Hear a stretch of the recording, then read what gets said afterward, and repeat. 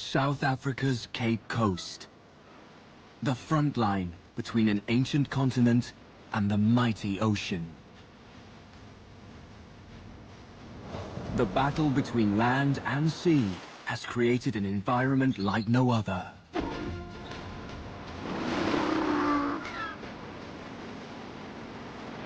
This is a place of great contrast, of opportunity for some, and hardship for others. Once a year, an event of mind-blowing proportions. A tide of fish, billions strong, sweeps up the coast. In its wake, the greatest gathering of predators on the planet.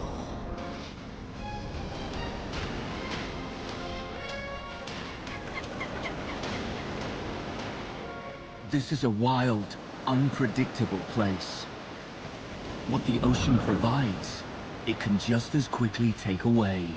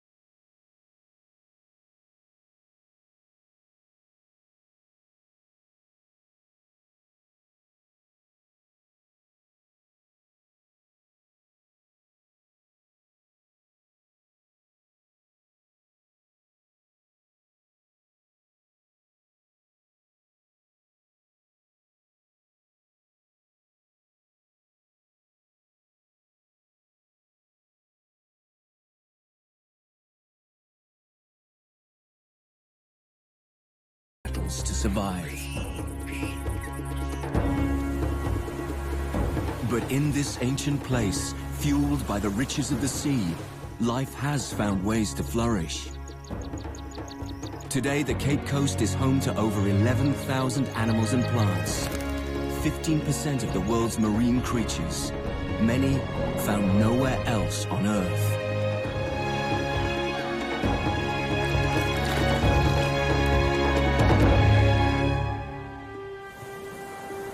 At the root of this incredible diversity are two powerful and contrasting currents that push up against the shore. In the southwest, the Benguela upwelling, driving up from the cold Antarctic. Washing down from the tropical northeast, the warm Agulhas Current.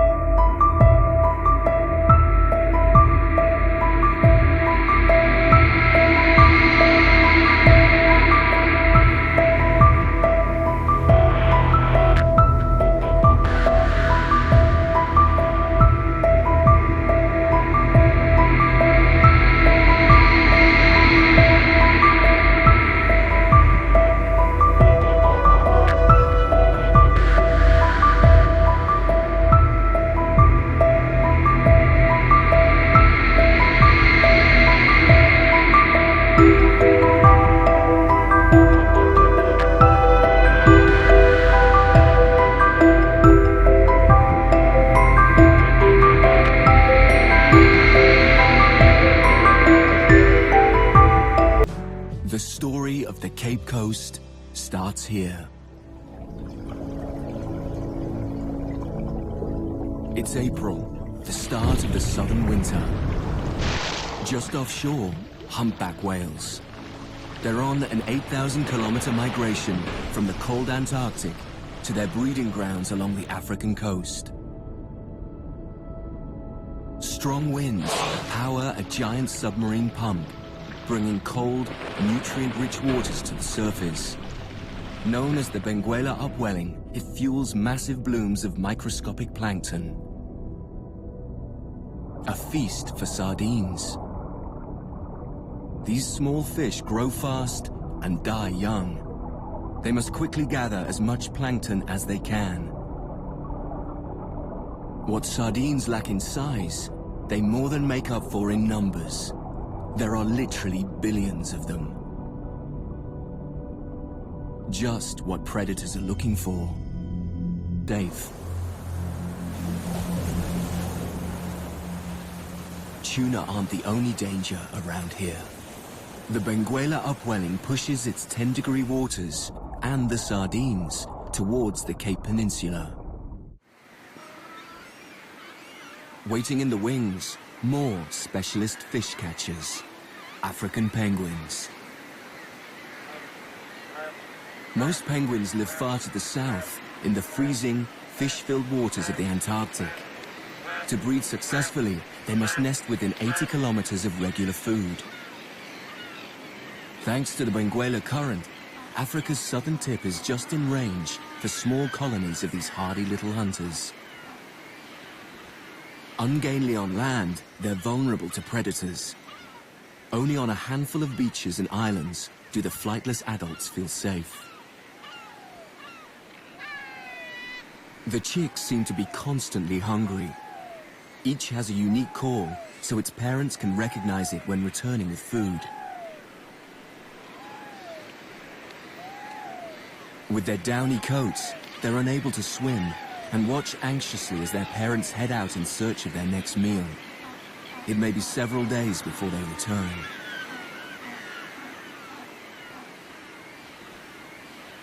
The penguins have every reason to be nervous. These coastal waters are not a friendly place.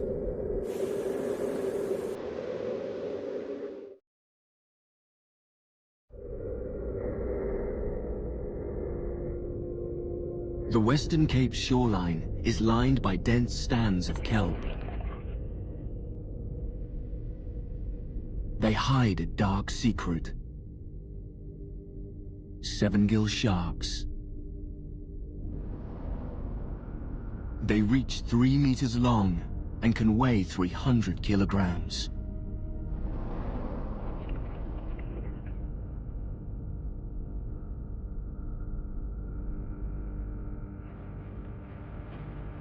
The seven-gill is amongst the most primitive sharks on the planet and appears sluggish. But these sharks have been found with stomachs full of seals, fish, other sharks, and even penguins. There are 98 species of shark in these waters, so to avoid their rivals, seven-gills hunt under cover of darkness. They've been seen working in packs to round up their prey, earning them the nickname wolves of the sea. The kelp provides these torpedo-shaped hunters with the perfect launch point for an ambush.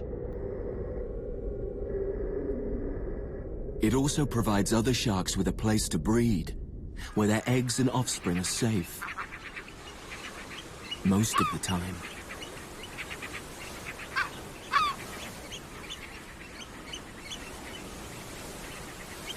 A troop of chacma baboons is foraging just above the beach. The poverty of the land is in stark contrast with the wealth of the sea. During the summer, the cold waters that wash against the shore generate little rain, so plants here are woody with tiny leaves. There are few berries or nuts, and roots are hard to unearth. The hungry monkeys are finding slim pickings.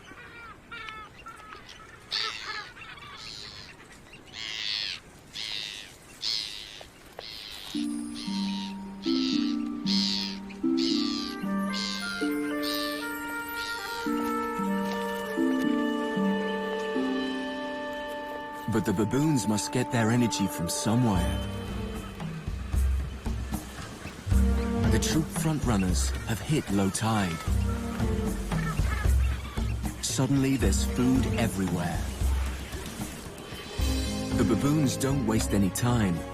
Mussels are easy to dislodge and open, and are highly nutritious. But the monkeys have to be quick. The tide will soon return.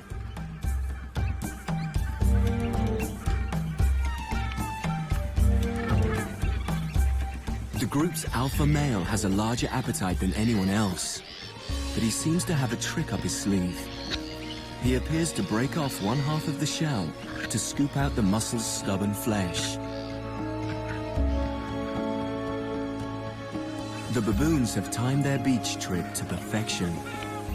This isn't just low tide, it's a spring tide. Twice a month when sun and moon align, the sea recedes further than usual. The more experienced monkeys head into the exposed kelp.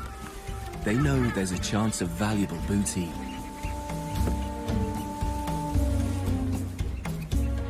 Not only could the waves catch them, leopards still roam parts of the cape.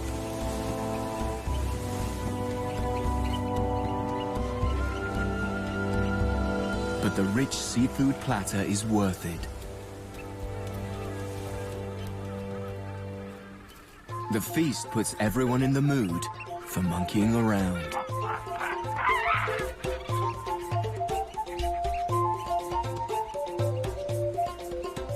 Baboons are bright enough to make the most of the Cape's meager resources. For others, it's not so easy.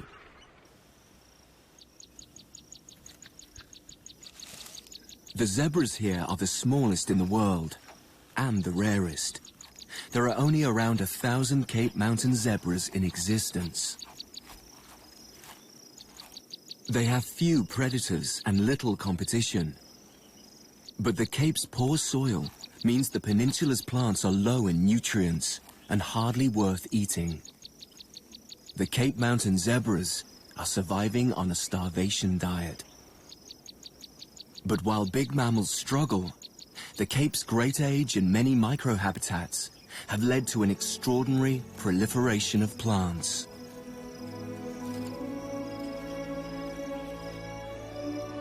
The Cape covers less than 0.5% of Africa, but it's home to 20% of all the continent's plants, nearly 9,000 species.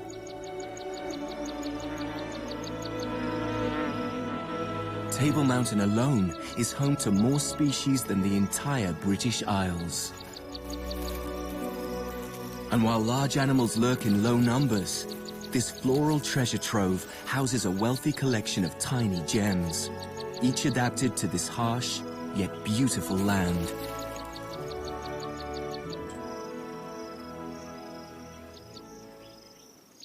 Sugarbirds and sunbirds thrive on the bounty of nectar. Their long, sharp beaks are used to reach into gaudy flowers with brush-tipped tongues. Each flower offers just a small reward, so the birds commute on a regular route between favorite feeding stations.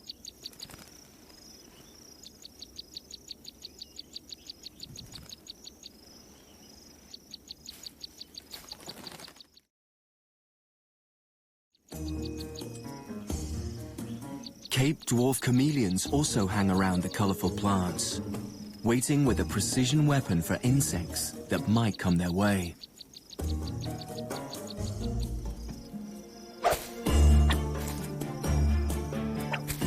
This male's sticky tongue is twice the length of his body. It's fired out at lightning speed.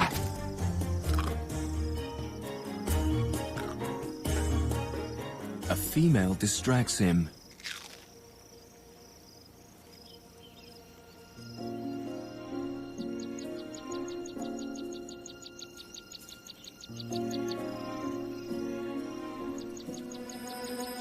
But she's in no mood for romance. 80% of female dwarf chameleons are pregnant at any one time.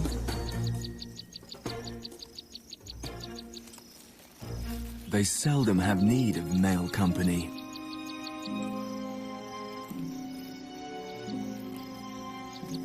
Sometimes the better part of valor is a hasty retreat.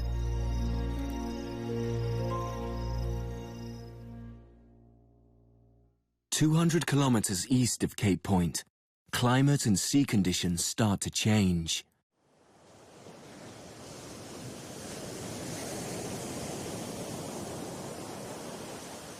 Here at Dwarf, the Wildest Current sweeps down from tropical Mozambique, warming the coast. With water temperatures rising to 20 Celsius, these sheltered bays offer calm and respite to a great ocean traveler. Every year, southern right whales come here from the Antarctic to relax and give birth. Since whaling stopped, their numbers have been increasing by 7% every year. Now around 3,000 visit South African waters. The mothers don't feed during their time on the Cape Coast. All their energies go into nursing their calves. Rich milk and warm waters mean the delicate newborns quickly put on a thick layer of insulating fat. In just 3 months, they'll be ready to make the 3,000-kilometer journey south, back to their icy feeding grounds in the Antarctic.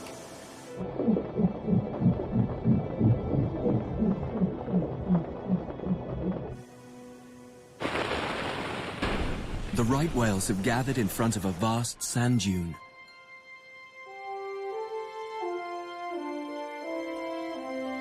Behind it, the Dwarf Flay, a shallow coastal lake.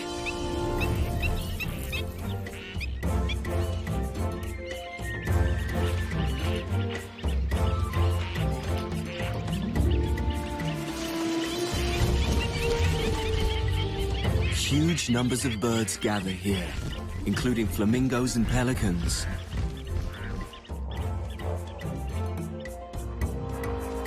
The climate is too cold for crocodiles, but the Flay is patrolled by a secretive, warm-blooded hunter, the Cape clawless otter.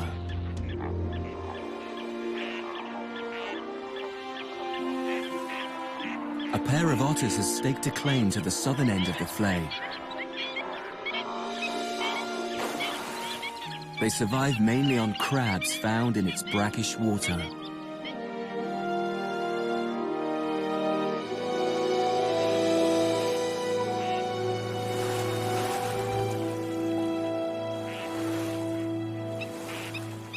But a plump-looking pelican is hard to resist.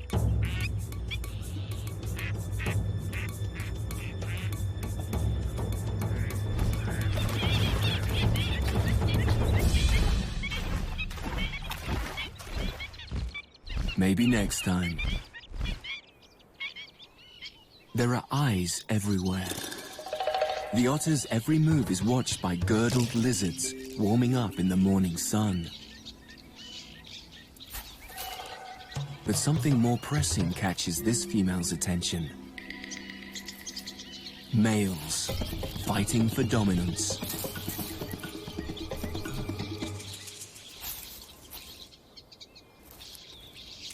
The females have ringside seats.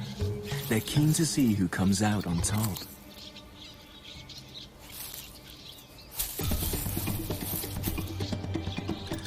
The battle is over as quickly as it began. The victor is king of the hill. The loser must live in his shadow.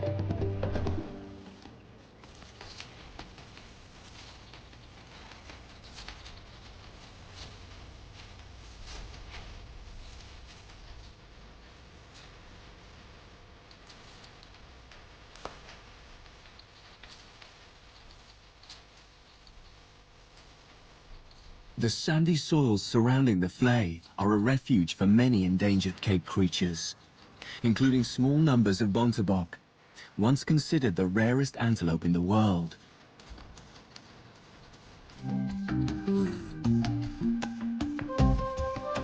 Eland, the largest antelope in the world, are more plentiful.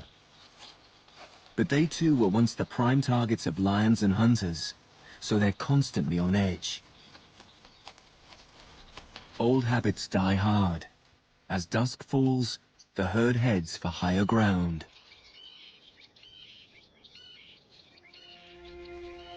The central Cape Coast is a stronghold for blue cranes, South Africa's national bird. Cranes pair for life, but the relationship seems strangely insecure. So couples constantly reaffirm their commitment. The female preens her delicate plumage, while the male limbers up.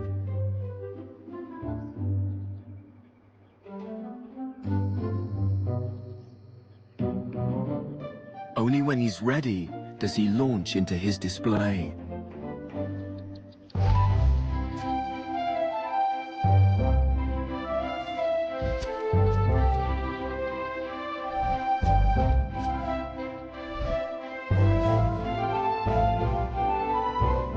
The female seems suitably impressed, and the pair is happy once more.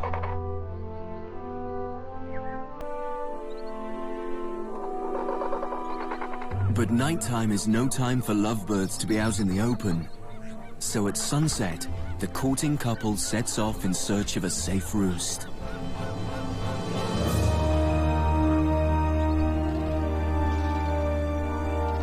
They join a small flock heading for a shallow flay. Their calls draw in more and more birds. There's safety in numbers, and no predator can creep up on them here. Within an hour, 2,000 cranes come together to spend the night. These coastal flays offer a valuable refuge to one of Africa's rarest birds.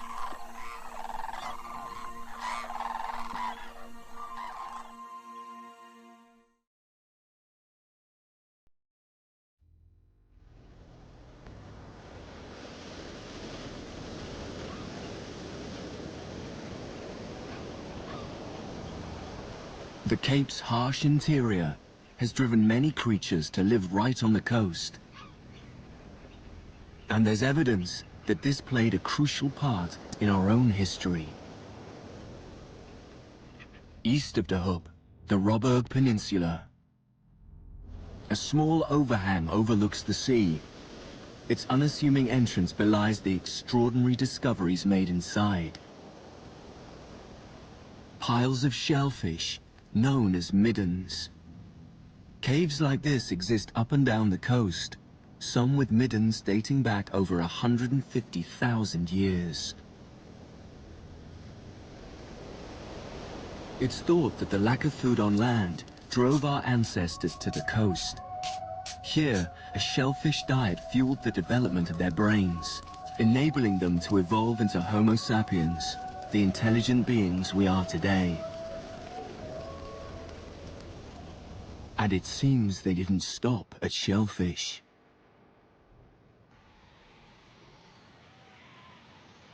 Roeberg means Seal Mountain.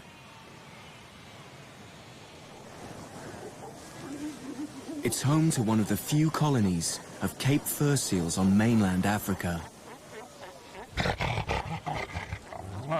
The bones found in Roeberg's caves revealed they were once the target of human hunters. But isolated on a peninsula and at the bottom of a steep cliff, these lumbering giants are now safe from attack by land. The colony has grown to be 4,000 strong. The seals have found a comfortable property in the perfect location, within striking distance of a vast supply of food. Every May, strong winds blow out from the coast, pushing the warm Wildest current out to sea. A tongue of cold Benguela water is sucked inshore in its place, bringing with it huge shoals of sardines. This forced migration is known as the Sardine Run. The Cape fur seals sense the shoals are coming and set out to find them. But every time they leave the safety of the rocks, they're taking an enormous risk.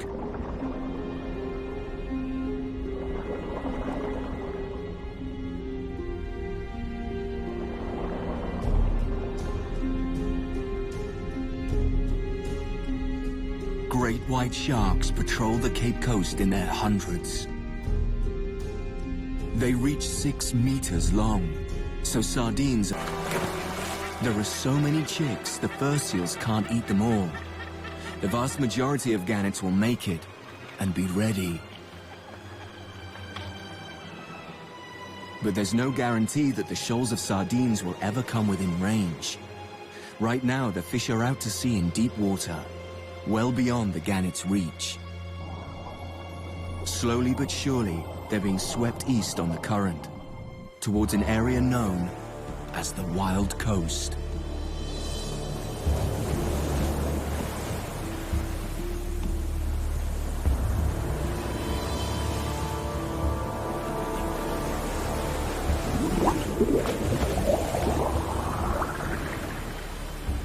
It's not hard to see where this section of the Cape Coast gets its name.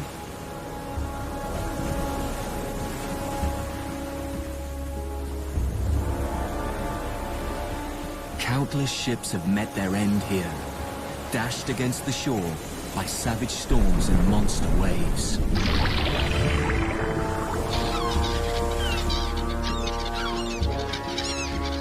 The Wild Coast is South Africa's least tamed wilderness, an unforgiving land, fiercely protected by the people who live here. The Xhosa, after the Zulus, the second largest tribe in South Africa.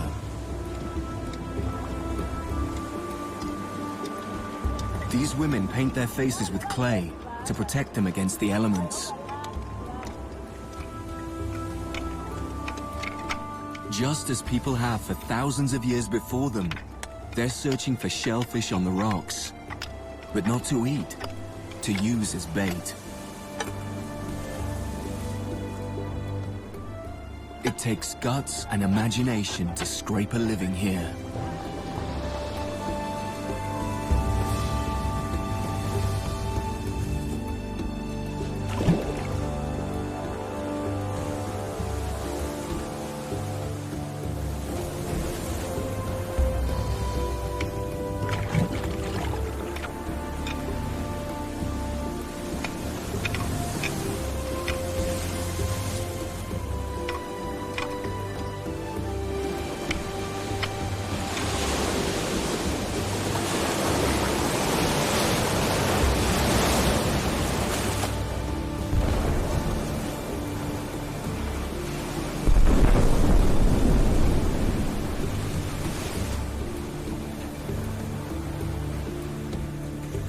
Just offshore, dolphins.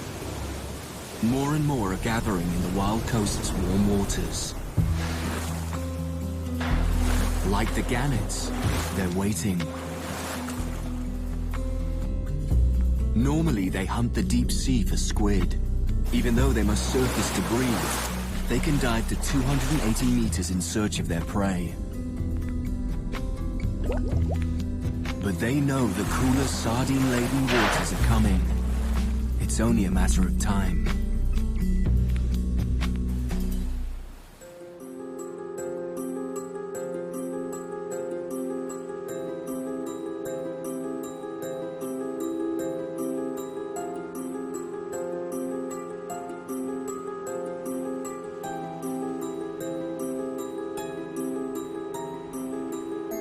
Exotic-looking mangroves line the Wild Coast's many estuaries. They're the only trees adapted to living in warm, salty tidal water, and so create a unique environment. Mangrove kingfishers hunt amongst them for land crabs. The crustaceans are well armored, but their defenses are no match for the kingfisher's sturdy bill.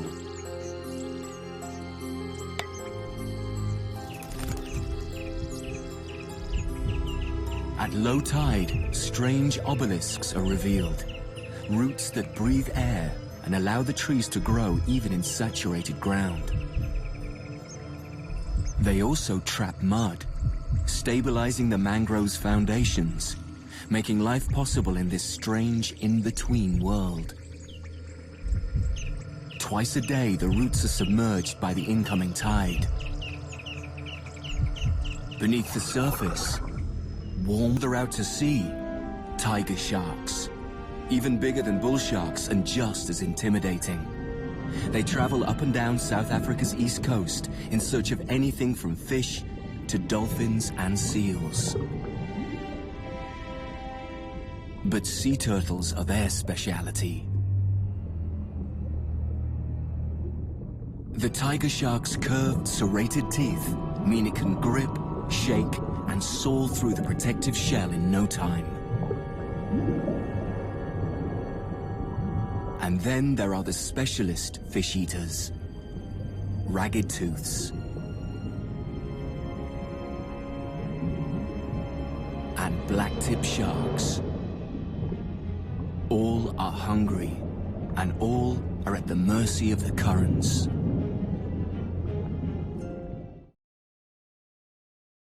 The sardine run doesn't happen every year.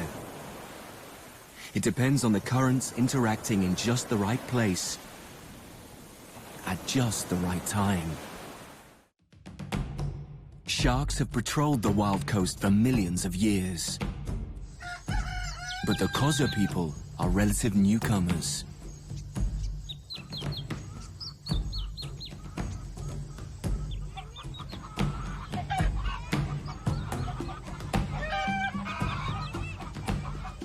Around 6 million live in South Africa today. Many have let go of their traditional culture, but in the isolated village of Luandile, people still live off the land.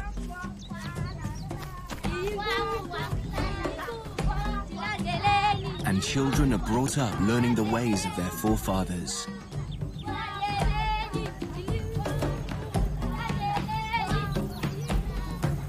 No one knows exactly when they arrived, perhaps 1,300 years ago.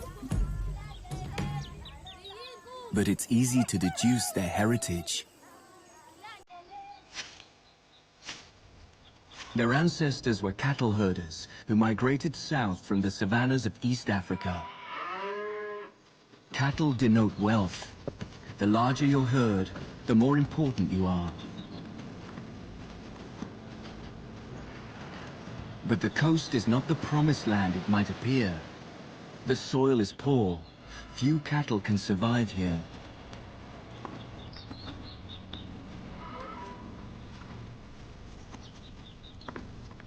Forced here by war with other tribes, the Xhosa have always lived on the edge. Then, in the 18th century, European settlers arrived. A series of frontier wars ensued. Lung disease killed 80% of the Xhosa's cattle. By the 1850s, the British had stripped many tribal chiefs of their powers. After half a century of conflict, the Xhosa population was on its knees. Then, in 1856, a young girl had a vision. The spirits of her ancestors told her that the villagers must destroy their crops and drive their cattle into the sea.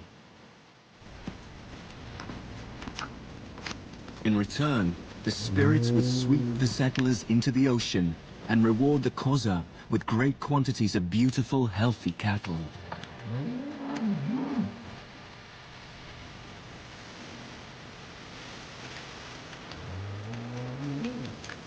The Xhosa were divided about what to do.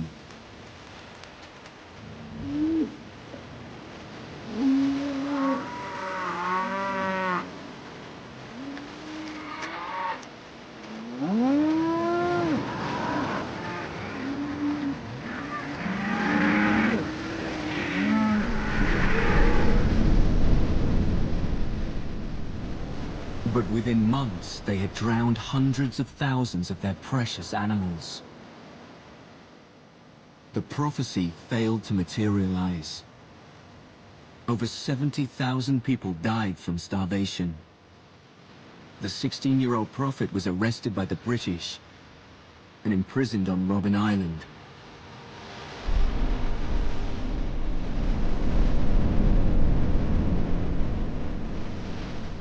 Despite the disaster, the Xhosa clung on.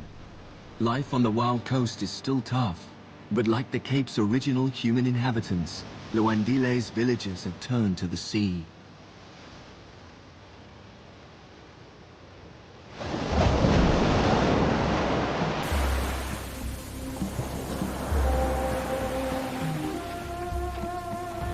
With the bait caught by their wives, the village men head onto the rugged shore. They're hoping to lure crayfish. In places a delicacy, here, a vital source of food.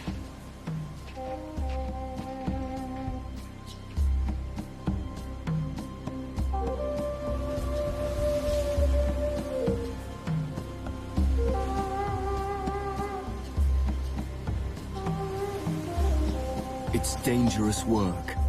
A single wave could take the men out to sea. Most can't swim. And giant sharks hunt the shore.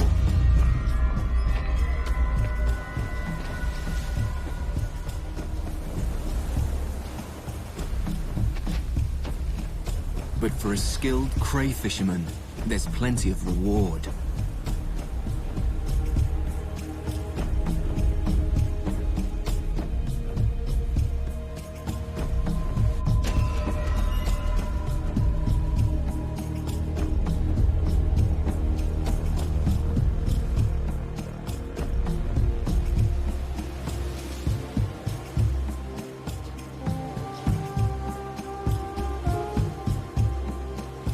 The giant crustaceans become more active after dark.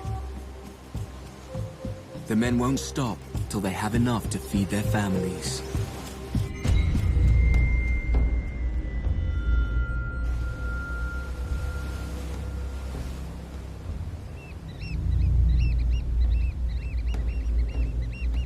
The people of Lwandile face an uncertain future. South Africa's sea temperature is rising. The sardine run, dependent on cold water, has failed 3 times in the last decade. Other species could also migrate elsewhere.